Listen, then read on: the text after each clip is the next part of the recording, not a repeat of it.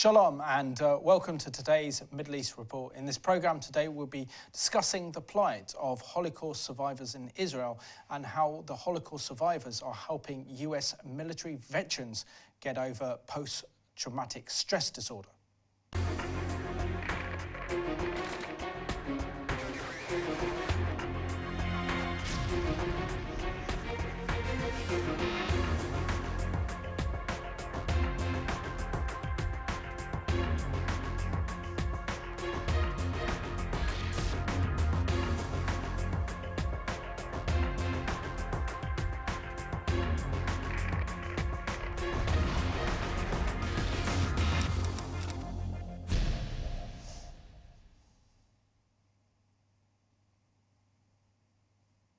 Warm welcome to the programme, and today's guest is Susan Heagy from Abundant Hope International. Susan, welcome back to the Middle East Report. Must be your third time that you've been on this programme, and it's always a pleasure to host you, and it's always a delight to have you on the Middle East Report. I'm always pleased to be able to come and share about the survivors. Thank you very much. It's a pleasure. And it wasn't long ago that we actually saw each other in Jerusalem at the Christian Media Summit organised by the Israeli Foreign Ministry and the Government Press Office. And we're on the first evening, which was the Sunday night, we're at the Bible Museum, and I thought, I recognised that woman, and it was you, Susan. So it was great to see you in Israel, and it was, truly great conference talking about Christians and Christian media and how the Israeli government's reaching out. So just very briefly, what was your experience of that conference? It was really wonderful to be able to meet some of the other people that I've heard about and many that I did not, and to see the media from all over the world that was actually interested in Israel. Because being in Israel, you just really don't see that. You don't experience it. And the one thing the people in Israel tell me is, but we're so alone. And I keep telling them, but you're not. Well, it was true. They were not, and it was very, very excellent. Well done. And we've done a couple of programs before where we have discussed the incredible work that God's led you to do, and that is to befriend Holocaust survivors and to help them. Can you tell us the work that you're doing for Abundant Hope International, and just remind us of the incredible work that God's laid upon your heart to do?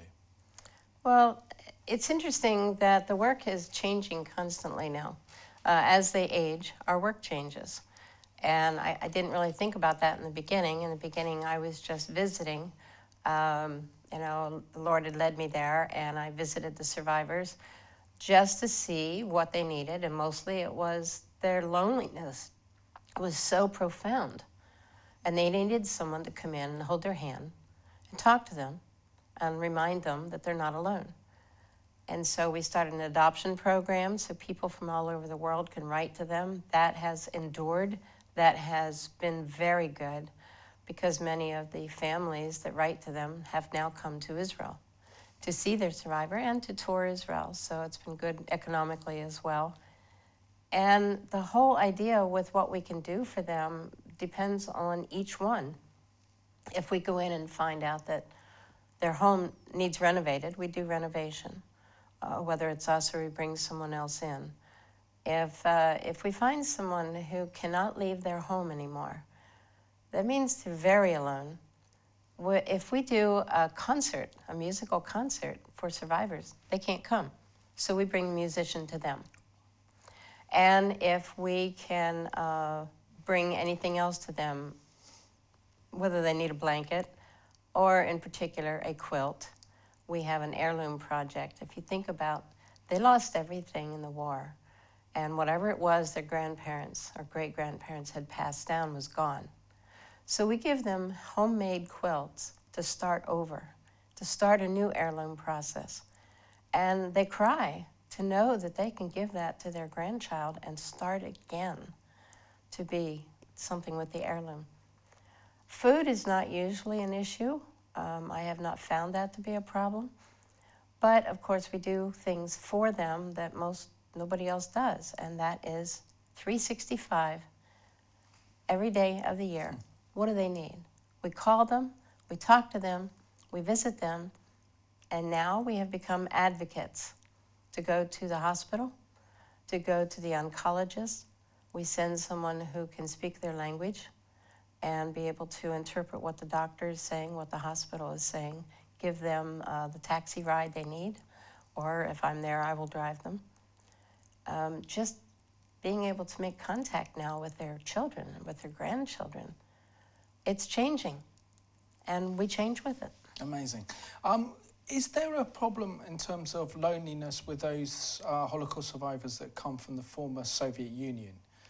Is that where the biggest problem? Are they only speak Russian or Ukrainian, speak very little Hebrew and very little English? Are those survivors of the most need in Israel?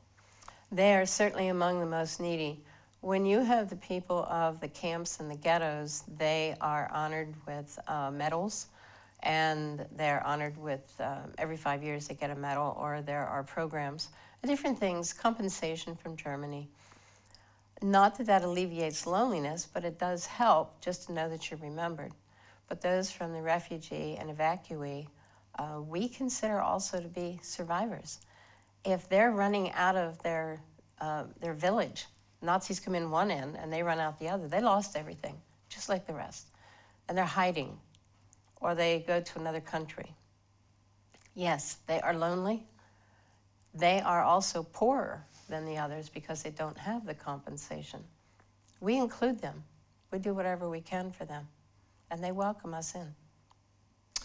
In terms of the work you're doing, I mean, can you tell us how many survivors are left now? Because, you know, time is running out, and sadly that generation that went through the horrors and the magnitude of the Shoah, the Holocaust, and survived that, are now getting on in years, and it's really only those that were children or those that were teenagers are the survivors left. And we haven't got them for that long, have we now? So how many are left in Israel in terms of survivors? The number that was released last is about 189,000, which is many more than people think about.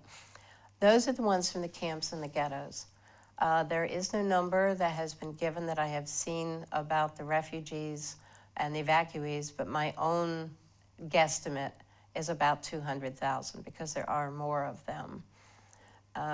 But you're right, they are dying very quickly. They are dying every 30 minutes now, one every 30 minutes. And if you consider the average age is 85, some of them are living up into 100. In fact, the oldest Holocaust survivor and the oldest man in the world just recently passed away in Haifa. He was 112. It's amazing that they live so long, but when you have that many people around the same age, it's a lot of funerals. Absolutely. And how has your organisation and the work you do, Susan, touch some of the survivors? How have you brought love into their hearts and joy and peace into their hearts? Please share with us. When we walk into their home, many times there's no one who comes in. And we actually had one woman who locked the door behind us and put the key in her pocket and said, "I'm not letting you go until I'm done." So she wanted us to stay. It's the fact that we come in and we love them without condition. They don't have to do anything or say anything for us to just put our arms around them and hold them and hug them. How are you feeling? What do you need? Meeting their needs. We actually had a woman who asked her city if they would help her with some things that needed done in her home, and they did not respond. And she asked them again and again. Finally, we heard about it. We went in and fixed it. She called up the mayor of her city and told the mayor, "Yeah, I asked you about it, but you didn't do it. It took Abundant Hope International to come in. You better go ask them how they do it." They actually called us up to ask what we did. It's being there. It's being available, being responsive. And if you're not going to do that, then why would they even want you to come back in? But they do. And Susan, share with us your book, which is Why Is My Great-Grandma So Sad? Why is Great-Grandma So Sad? I wrote it out of people telling me that they can't read about the Holocaust because it's traumatic. My thought was, well, it was very traumatic for those who went through it. We need to remember. And a lot of children and young people who didn't even know what the Holocaust was. So I wrote it as an introduction. to the Holocaust, but I took out the trauma. It's historically correct. It's based on the survivors who are in the back of the book. And it is meant to be the beginning of a series because I want to cover the different aspects of the Holocaust and teach people. It's aimed for 7 to 11, 14 age group, but I always say it's for children 7 to 97. Excellent. Let's have a look now at the trailer for Susan Heagy's new book. The Holocaust, a time when the Nazi army tried to crush the Jewish people, advancing into their communities, their homes, and into their families. Those who remained were filled with sadness and a desperate need for hope. Mama, why is Great-Grandma so sad? Well, honey, it is because of her memories of a time called the Holocaust, during a worldwide war when Great-Grandma was just a little girl. It was a terrible time when our people were being hunted and hurt just for being Jewish. Did someone try to hurt Great-Grandma too? Yes, Sarah, someone tried to hurt Great-Grandma too. Maybe it is time for you to know about that. The year was 1941, and a man by the name of Adolf Hitler taught everyone he could that the Jewish people were dangerous. He wanted to rid the world. Hitler had already begun pushing the Jewish people out of their homes and putting them in parts of cities with walls and fences. The people were crowded together, forcing Jews everywhere to run, hide, or to be put into prisons or be slaves for their army. Great-Grandma and her family were also forced to leave their home, allowed only one suitcase. Can you imagine?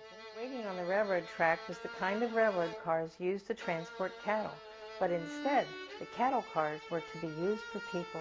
When the train finally stopped, in front of them they saw barbed wire fences, machine guns. Great-Grandma's papa quietly said, "It's a concentration camp." Now the women were forced to walk quickly to the long buildings. Inside they could see rows of bunk beds up to the ceiling. Right away, Great-Grandma was pushed inside one of the bunk beds. There was just enough room for her and her little doll, but barely enough room to breathe. Sometimes, Sarah, we can do things we never thought were possible.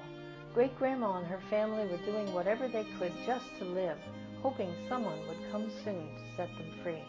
Based on several survivors of the Shoah, their true life war accounts are included in the book. Intentionally written without trauma for children ages 7 to 14, it is also appropriate for people of any age. We must never forget, if we remember them and the history of what happened, we have the power to prevent it from happening again.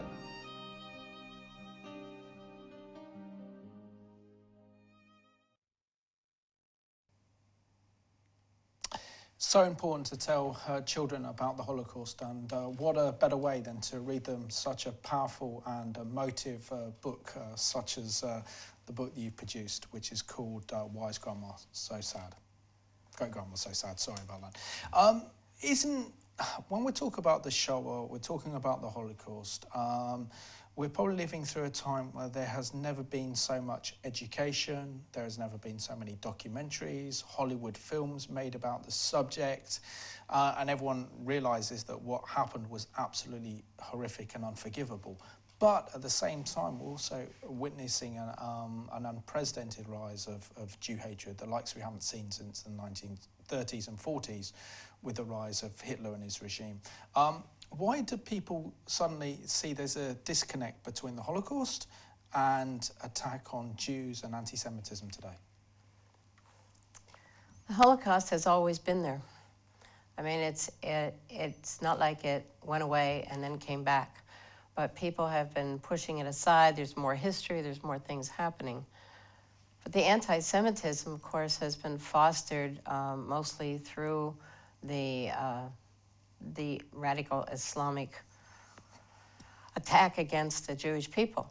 And, you know, living in Israel, being among the Jewish people, and they talk about their neighbors. We don't have any neighbors that like us. And it's true, their neighbors are against them. But the anti-Semitism is so worldwide. As I travel and I go into different countries, I'm shocked to see it in these different places. I guess I don't really expect it when I leave Israel. I'm used to the fact that it's against them there, that the attacks are there. And by the way, if you hear of one attack in Israel, it's because they already stopped 99 of them. They're very, very good there. But even when I go to the US, I see it now. Yeah. And I'm appalled. I'm also appalled at the fact that not many people know about it. With all the education, as you said, that is out there, why is it people don't know? How is it that I can go into a restaurant and a waiter, when they ask me what I do, and I say I work with the Holocaust survivors, they ask me, is that a new movie? Is that a new group? They don't know. Why? There's a blindness. Is it spiritual? I don't know. Because the disease known as anti-Semitism has barely touched American soil, but sadly this year we've seen so many Jewish graves that have been desecrated in Philadelphia and other places in other states throughout the States. Do you think this is beginning to be a growing problem in the United States now? I do, but I think that we have a president that is putting a stop to it. I really believe that President Trump is going to make a difference. Just the fact that he supports Israel so completely, that his family are integrated into the Jewish society. I believe that we're going to see a difference. I think in the next 4 years, we are going to see a decrease in it. But will that maintain? That is the question. We've got a very moving news item to show you now, and this is an 86-year-old Holocaust survivor who had the bravery and the courage to visit Auschwitz with the IDF, bringing back very haunting and horrific memories.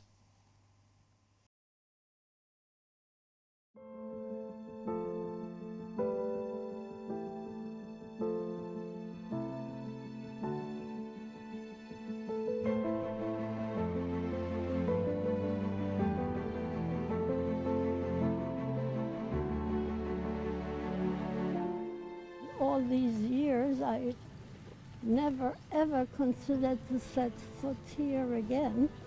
I considered it a graveyard.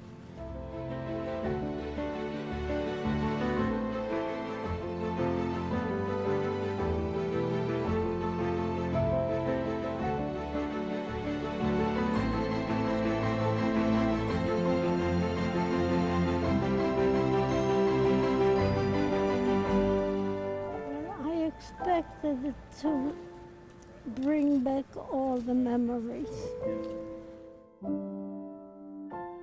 The sun never came out in Birkenau. It was always clouded by the smoke coming out of the chimneys. And you were surrounded by people who were on the verge of dying.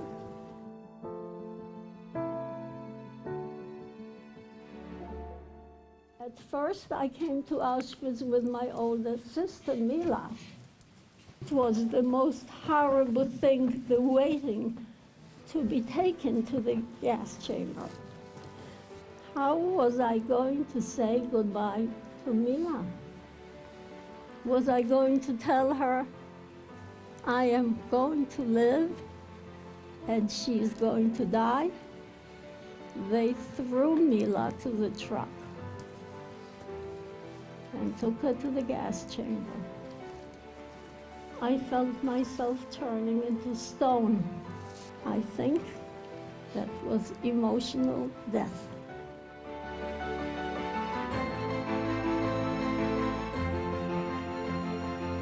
But coming with the IDF, that is euphoric.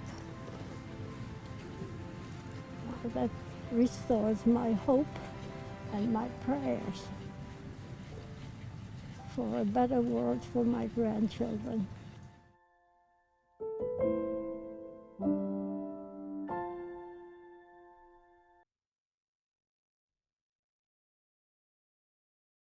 Extremely emotional and very powerful. I have to say, Susan, what incredible courage that 86-year-old woman showed. She went there and obviously had her sister was murdered there in the gas chambers, bringing back horrific memories. But to go back there with the IDF, to see the Israeli flags flying there, and going back and knowing that what Hitler tried to do, he didn't succeed because she was there, she went back. What does that say about some of the characters of some of these survivors? These survivors are the most amazing people. The resilience, the strength. I had no idea until I met them what kind of people could be like this. And they talk about the fact that they have had revenge on Hitler by living, by having children, by having grandchildren and great-grandchildren. And they talk about just how strong they had to be. They're still strong today. You know, they went into survivor mode, they're still there. That hasn't changed. Don't call them a victim. They will get very angry with you and tell you, I'm a survivor. I can believe that. I can believe that. I can believe that. I've interviewed maybe about 9 survivors, and they've told their stories to me. And virtually all of them, via one of the people I've interviewed, has never had any anger, has had any remorse. There's complete forgiveness in their hearts, but there's also this tremendous capacity for life, to love life and enjoy life, because they feel like, well, I've been given another chance, I'm going for it. And that's something that I found extraordinary, because you would have thought the natural condition would be, I'm going to be depressed, I'm going to be angry, I'm going to be filled with hate for the Nazis and what they did to me. None of it. That's true. That's true. I don't know, you know, they are, like I said, they're still in survivor mode. They live through all kinds of diseases that happen to them and everything, but they are very forgiving. And they will say to us, we do not hold the German people accountable. We do hold the Nazis accountable. But they have still chosen to forgive. They said, why should I let that eat me up? Why should they let that? But you know, at the same time, we've had an experience over the years that I was not looking for, where they called and asked us, can you please come and tell me how to forgive my neighbor? They saw in us the ability to forgive and to teach it. And so we have actually gone to a number of survivors who have asked, how do I forgive my neighbor? How do I forgive my child? How do I forgive my sister?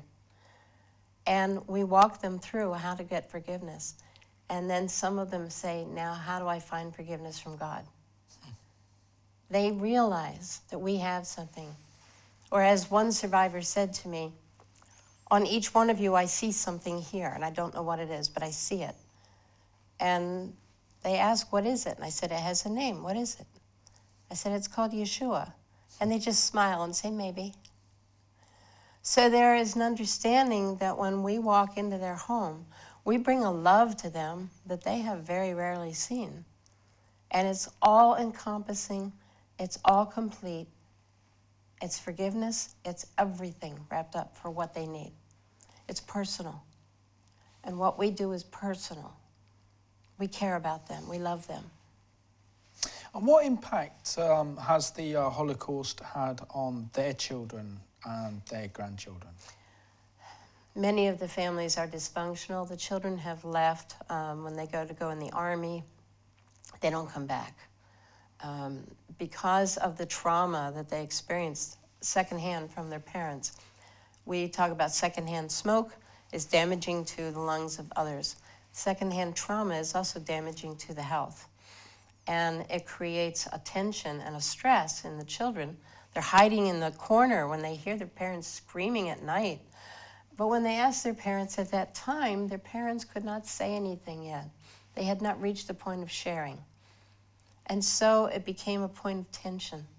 So the children leave, but their children, the grandchildren, begin to ask, why aren't you talking to Grandma? And the grandchildren are going around their parents and coming to Grandma and Grandpa and saying, what is wrong? And that grandparent has finally reached a point where they are ready to tell their story. And they tell the grandchildren.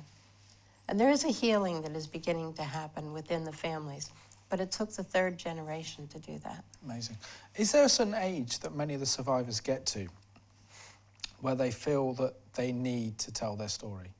That there is this mission to share what they went through so that others may learn of the hideous crime committed by the Nazis in murdering 6 million Jews on an industrial scale? I would say the majority of them, anywhere after 50, they began to speak. But we are going to see them in their 80s, and they are actually saying, I don't know why I'm telling you this. I haven't told anyone.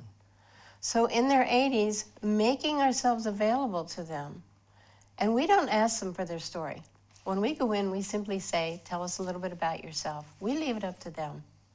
And when it's right for them, they tell. Amazing. And you are launching a new initiative with Abundant Hope International, and you met a sergeant major in the US Army called Hal Lyon. Can you share who he is and the almost divine encounter that you had with him? It really was. I was in America, and I had some a pretty rough time, and I was on a plane to come back to Israel, and my seat got changed. I ended up sitting beside a gentleman who just, he and I started talking because of a book I had, and he asked me some questions, and we got to talking, and when I said that I was going to Israel, his ears went up. He said, Israel, talk to me. His mother had lived in Israel for over 20 years. She had just passed away, and he had been there for her funeral. And we began to speak, and I learned that he was in the Army. And he said, I want to come and see the survivors if I can. He did. He came to see them. And I took him to see one who was also a veteran. And the connection that happened there, I had not thought about before. But a few weeks later, when we were texting, and I suddenly realized what would happen if you have the veterans who have the post-traumatic stress disorder, and they meet the survivors who actually have post-traumatic stress disorder. That's what's wrong. 70 years it hasn't been treated. And if you bring them together, you're talking about the victor of the war coming to the victim of the war. And I truly believe that healing is going to take place. And I saw a connection between him and this veteran. And so when I spoke to Hal about it, he said, oh yeah, because he had already been dealing with people with PTSD. He dealt with it himself, and now he helps others. He saw it, he knew. And what's going to happen when the survivors are gone? We don't have that connection anymore. We have a limited amount of time. But when they are gone, don't we still have people who have PTSD? There will always be war, always be trauma. And so we want to be able to just continue that. It's an initiative that will go into the future. Let's go and have a look now at a very impressive video that you produced, talking about Hal and this new project to help soldiers and particularly military veterans get over traumatic stress. My name is Hal Lyon. I've spent 31 years in the United States Army. I'm now on the board of directors for Abundant Hope International. Abundant Hope International volunteers from all over the world will come into these Holocaust survivors' houses and see what their needs are. They'll bring them birthday cards and gifts. They take care of needs in their homes. Something needs repaired. They'll take them to doctor's appointments. The work they do there is vital for that population of survivors in Akko and other cities of Israel. As the population of survivors ages, they are provided housing by the Israeli government, but most of them live alone. Their families have moved or deceased. Abundant Hope International is now looking at buying a new property, which is in Akko as well, and this will be the Bet Shalom Community House. This has over 56 rooms with kitchens on each floor. The building has its own parking. It's made with Jerusalem stone. It's never been occupied, and it hasn't sold in over 7 years. So it's just sitting there. It's within walking distance of the Mediterranean. It's a beautiful site. This will assist in housing volunteers, veterans, and other volunteers around the world who come to Israel to stay. This will also facilitate housing for survivors in the area who find it hard to live alone. So this will be a place that they can come and live with 24-hour care. And I hope we can get supporters to join us in purchasing this property. This is a large project. We're going to need $6 million to secure this project. So I invite supporters of Israel, I invite my veterans, brothers and sisters, and I invite you to join us in this effort to care for Holocaust survivors in Israel. If people want to help us in our Veterans Project for these survival packs, or help us purchase this new property, or in any way support and even adopt a survivor, please visit ahi-il.org and support us with a donation of love.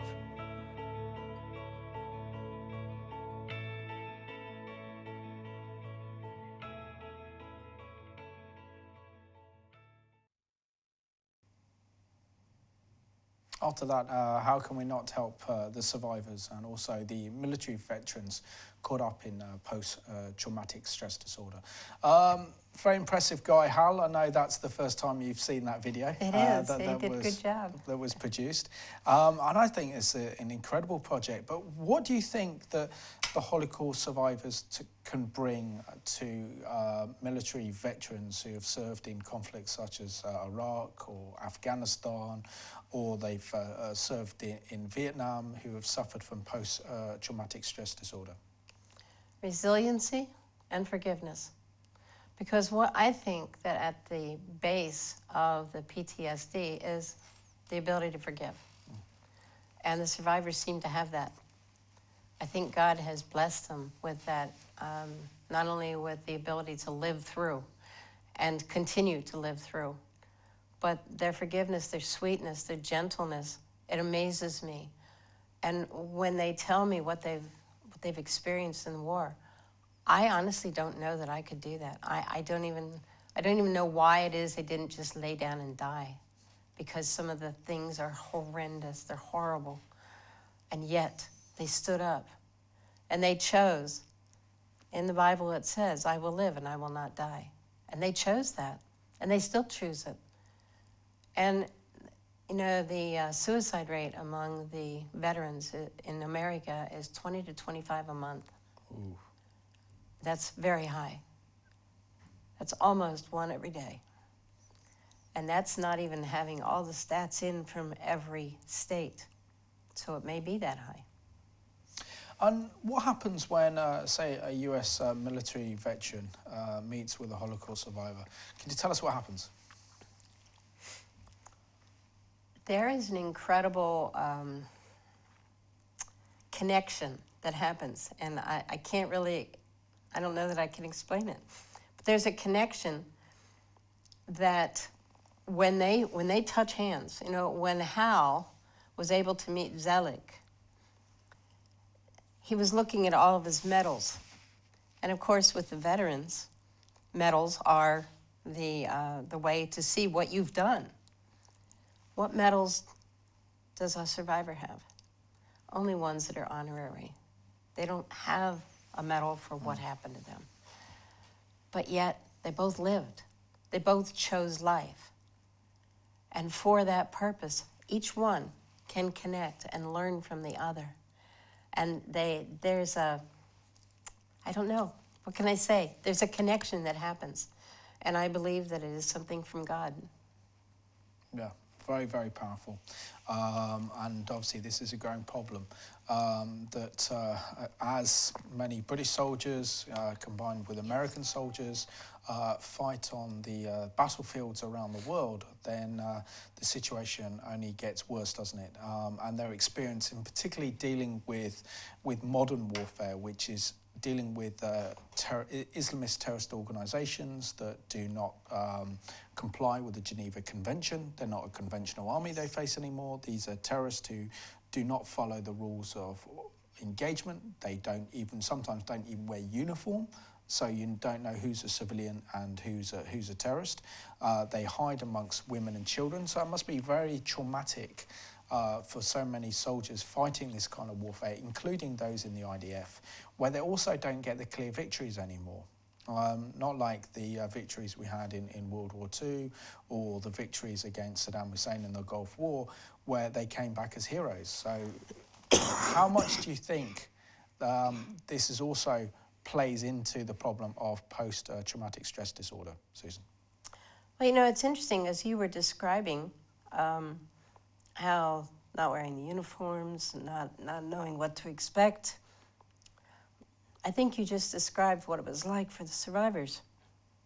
I think it was the Holocaust. It's the same.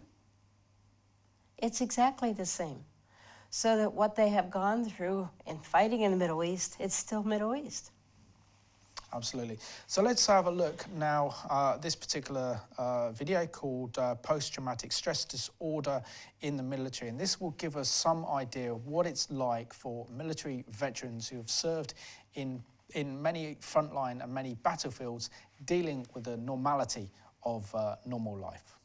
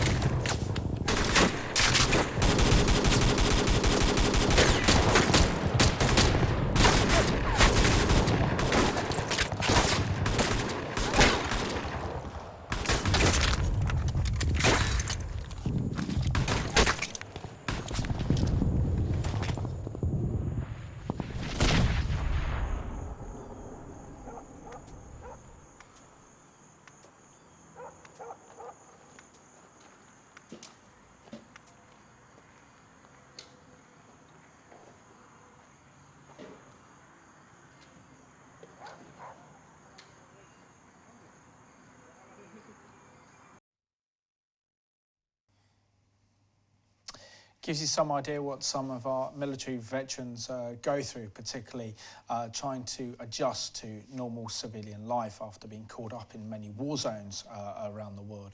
And it reminds me, Susan, when I first went to Washington when I was very young, not that young, but my late teens, in 1999, sorry, I was in the early 20s, and I remember going and walking down to the Washington Monument, and you've also there got the Vietnam Memorial with all the names of all the American soldiers who sadly were killed during that conflict, and then seeing so many Vietnam veterans there and really feeling that they've been let down by their governments because they didn't get the help that they needed, particularly in dealing with this PTSD, post-traumatic stress disorder, that have brought many of these soldiers to ruin and misery and poverty. Do you think, as a believer, that it's so important to reach out to these military veterans? Yes, absolutely.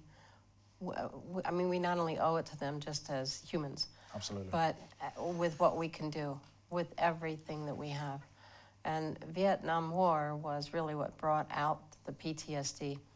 Obviously, there were the same things happening to those in other wars, but everyone just kept it quiet.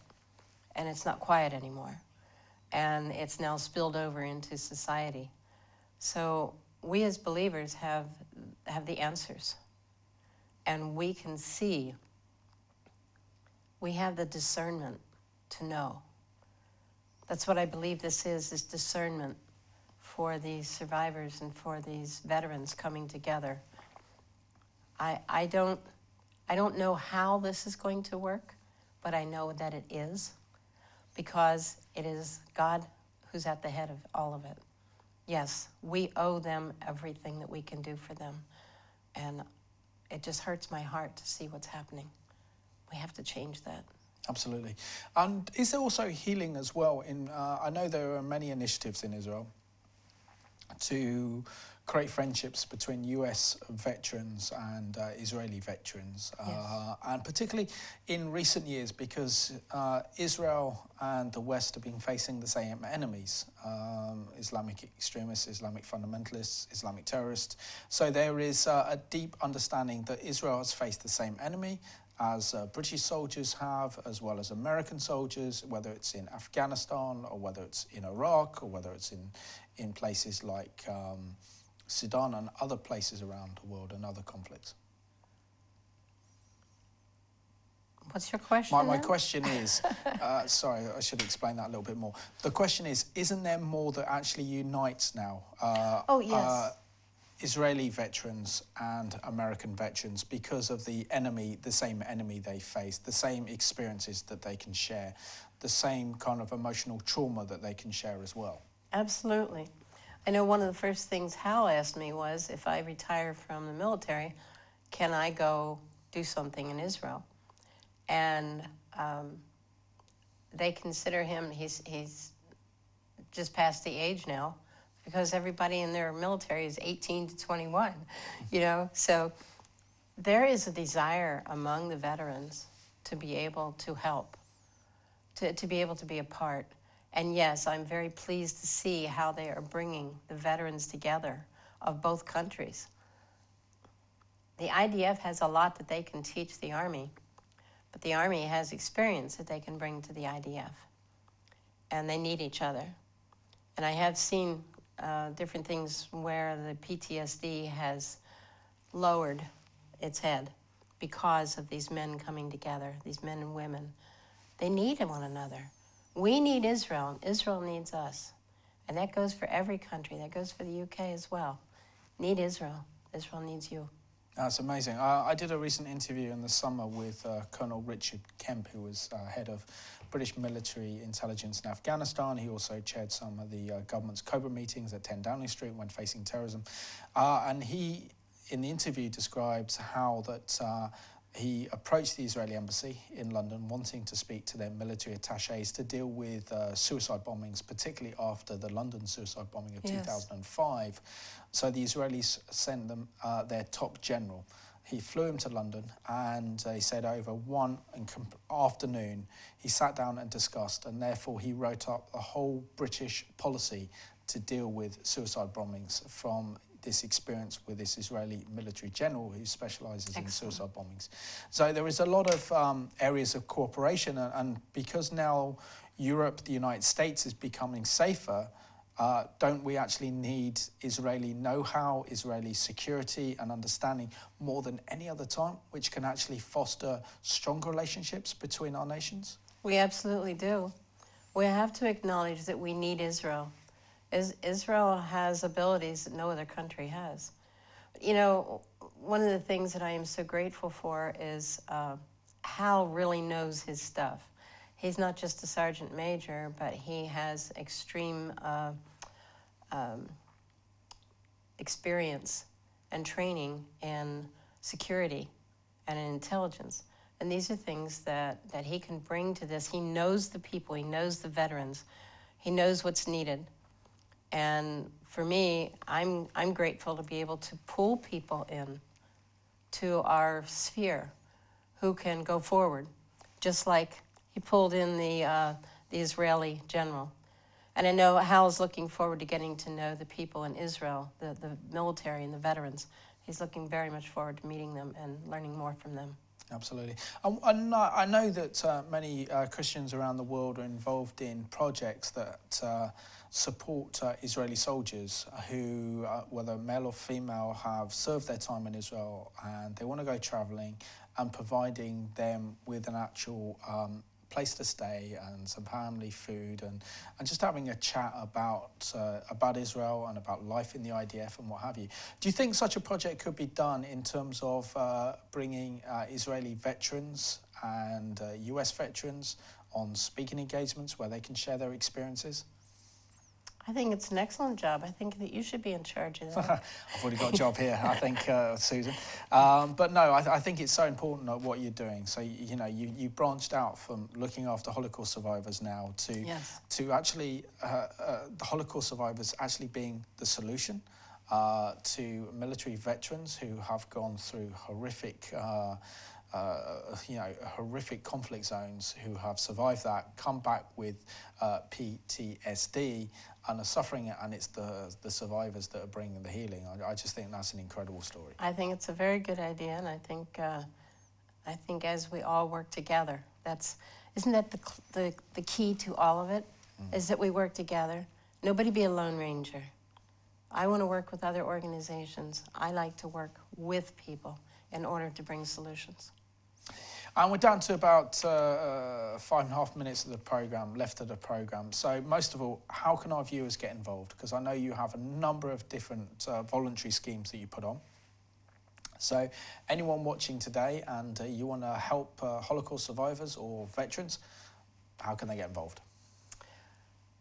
If you go to our website, which I know has been shown on the screen, and you can see there all the different aspects that we have.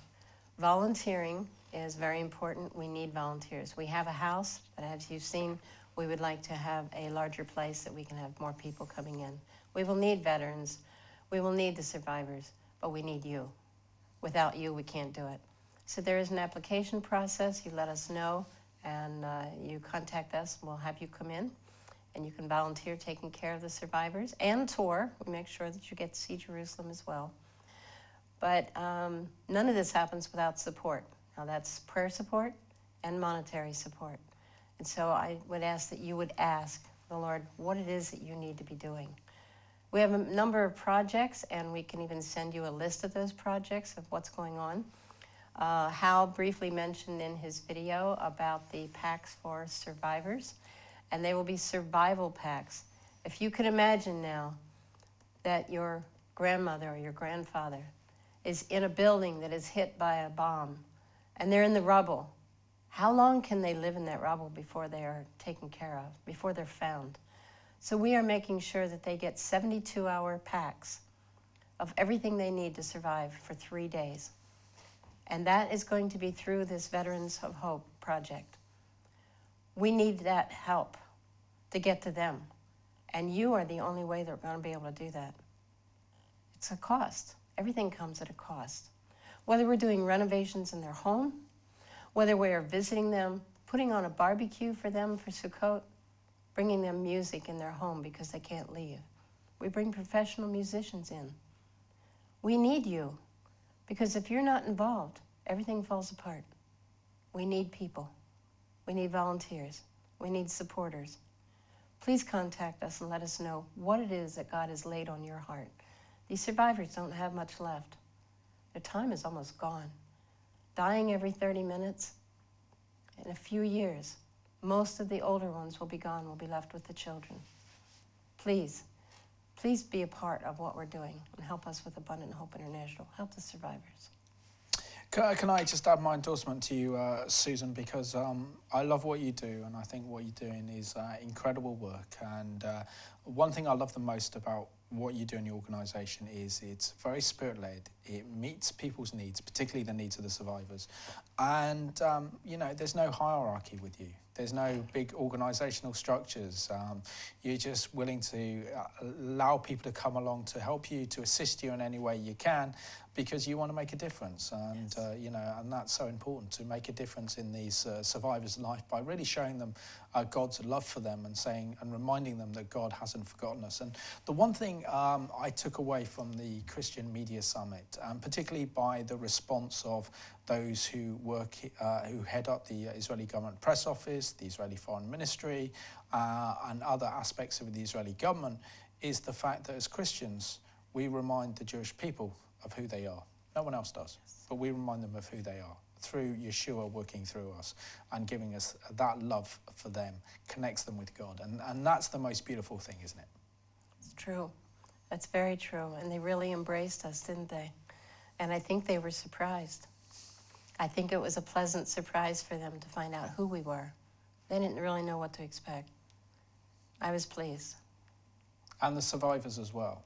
And When you visit them and you share stories or allow them to share their stories, it just has a profound impact on them, especially as they don't feel that they're lonely anymore. And, you know, more should be done, because we know that Israel's resources are mainly tied up with their defense spending. Yes. So there isn't a huge amount of money left to help these survivors, because Israel's having to survive itself.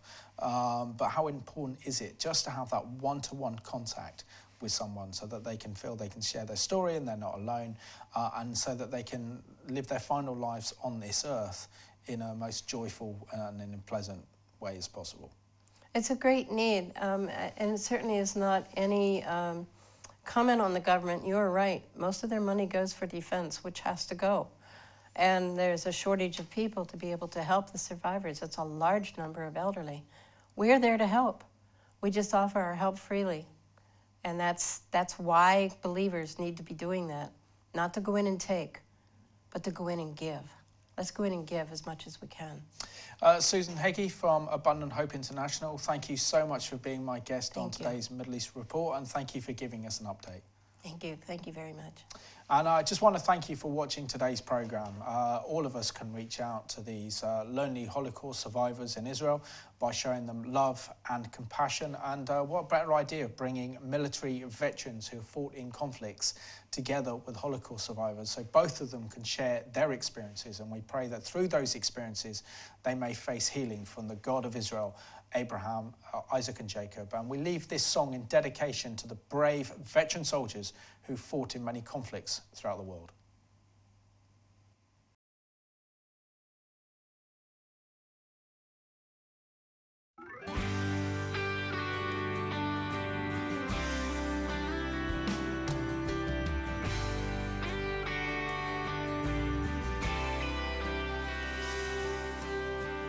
He sat cross-legged on the sidewalk. A far-off look was in his eyes. In his hands, he held a piece of cardboard as everyone walked by. The sign read USMC Veteran. I'm not myself, please pray for me. So I stopped. Said you fought to save my freedom. What can I do? What do you need?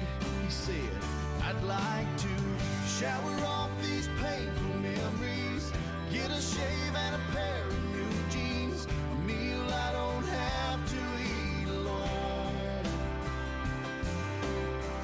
Find a place to let my guard down, a real bed instead of hard ground, maybe an address and a phone. I know I've made it back, but I'm not home.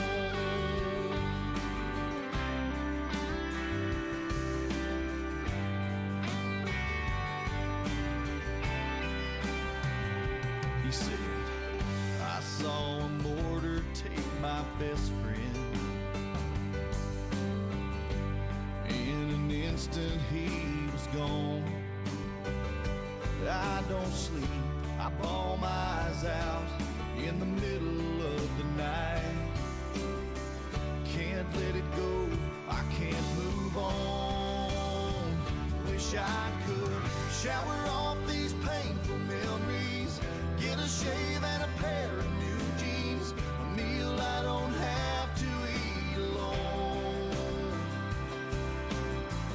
Find a place to let my guard down, a real bed instead of hard ground, maybe an address and a phone.